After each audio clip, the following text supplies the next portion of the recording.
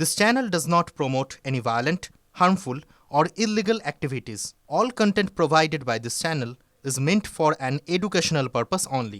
সবংয়ে বিজেপির পথসভায় হামলার অভিযোগ উঠছে তৃণমূলের বিরুদ্ধে।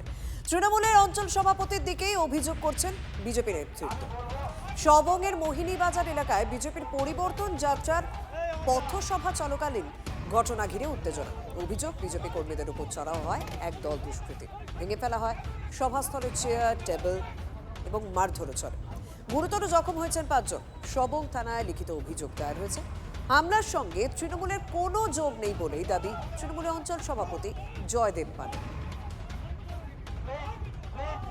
জয়দেব পাল সহ অমর মাইতির নেতৃত্বে 7 নম্বর অঞ্চলের তৃণমূলের নেতা অমর মাইতি এবং 6 নম্বর অঞ্চলের জয়দেব পাল আর একজন তৃণমূলের হারমাদ একজন গিরিধারী মাইতি, যাকে প্রধান করেছে 6 নম্বর অঞ্চলে, তাদের নেতৃত্বে অতর্কিত আক্রমণ করে আমাদেরকে কর্মীদেরকে বেধড়ক মারধর, বক্তব্য চলাকালীন মাইক্রোফোনের তারটা ছিঁড়ে দেয়, ফোন টোন ভেঙে দেয় এবং একই সঙ্গে কর্মীদেরকে মারধর করেছে।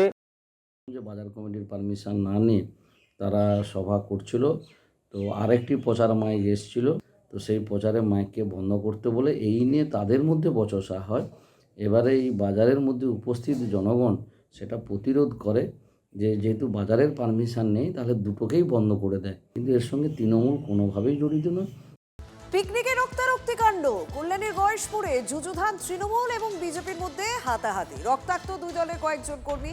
বিজেপি বিধায়ক অম্বিকা রায়ের উদ্যোগে গয়েশপুরের ঝিলমিল পার্কে ছিল বনভোজন।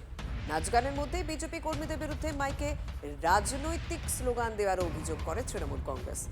ঘটনাস্থলে তৃণমূল কর্মীরা গেলে শুরু হয় সংঘর্ষ। দুই দলের 2 জনকে আটক করেছে গয়েশপুর ফাঁড়ির পুলিশ।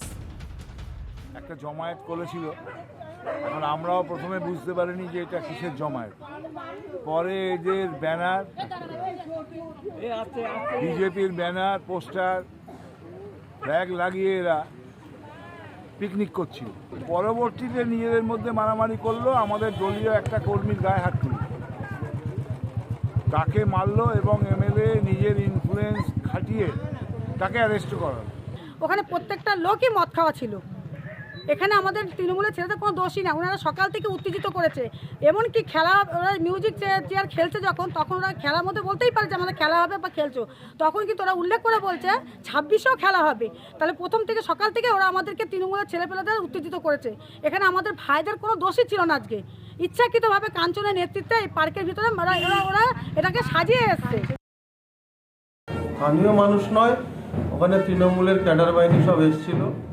তারা এই অ্যালিগেশন দিতেই পারে, তাদের অ্যালিগেশনে কিছু যায় আসে না। এটা ফাঁদ পাতা হয়েছে, যেহেতু এখানে বিজেপির একটা প্রোগ্রাম হচ্ছে, আমরা বিজেপি করি, ফাঁদ পাতা হবে, এটা আমার আজ ছিল। সেই জন্য আমি ওনাকে সেভ করে বাইরে নিয়ে যাই। আবার ঘুরে এসছেন উনি সেই ঝামেলা করতে, আবার আমি ওনাকে আটকাই এবং পুলিশ সঙ্গে সঙ্গে চলে আসে ওই টাইমে এবং পুলিশের হাতে আমরা পুলিশই নিয়ে চলে যাই। দলীয় সভা থেকে পুলিশকে হুঁশিয়ারি। ঘাটালে বিজেপি বিধায়কের সব ওসির হাত পা ভেঙে দেওয়ার হুমকি শীতল কপাটের।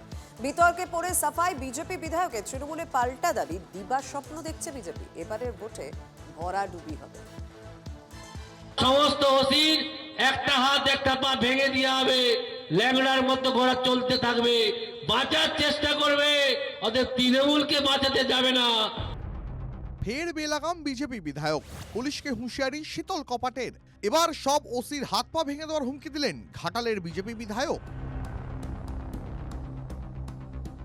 সমস্ত ওসির একটা হাত একটা পা ভেঙে দেওয়া হবে, ল্যাংড়ার মতো ঘোড়া চলতে থাকবে, বাঁচার চেষ্টা করবে, ওদের তৃণমূলকে বাঁচাতে যাবে না। ভিতরে ভিতরে বলবে যে একটা হাত একটা পা, পুনরায় আমাদেরকে বাঁচিয়ে দিন, আমরা বাঁচতে চাই, বিজেপি ক্ষমতায় আসুক আমরা চাই। শীতল কপাটের এমন হুঙ্কার ঘিরে শোরগোল শুরু হয়েছে পশ্চিম মেদিনীপুরের রাজনীতিতে। তৃণমূল বলছে দিবা স্বপ্ন দেখছে বিজেপি।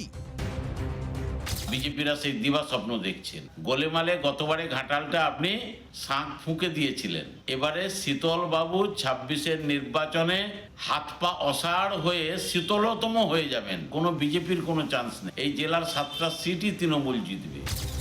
শুধুই কি শীতল কপাট, দুদিন আগেই বিজেপির আরেক বিধায়ক স্বপন মজুমদার, তিনিও পুলিশকে চেলাকাট দিয়ে মারধরের পরামর্শ দেন। পুলিশগুলো যখন সাধারণ মানুষের গণধোলাই খাবে, তখন ওরা আসল যে ওদের কর্তব্য দায়িত্ব বোধ সেটা তখন হয়তো আসতে পারে। চলাকার ধরে পিটাবে, একদম সোজা চলাকার ধরে পিটাবে।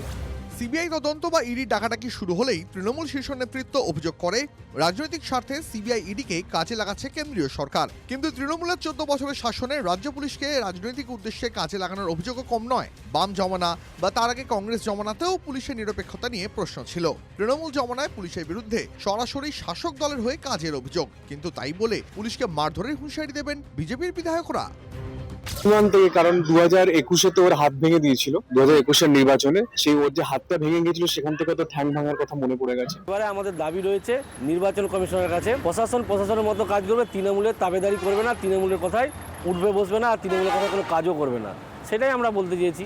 আমার এত ক্ষমতা নেই যে পুলিশের হাত পা ভেঙে দেবো, কিন্তু আমি রাজনৈতিকভাবে এটা বোঝাতে চেয়েছি যে তৃণমূল কোনো অঙ্কেই পুলিশকে ব্যবহার করতে পারবে না রাজনৈতিক কারণে। 26শে বিধানসভা ভোট হতে এখনো কিছুটা সময় বাকি। তার আগে থেকেই রাজনৈতিক নেতাদের মুখে হুমকি হুঁশিয়ারির যেন ফুলঝড়ি ছুটছে। এখনই এই ছবি হলে ভোটের সময় কি হবে? অসীম বেরার রিপোর্ট, TV9 বাংলা।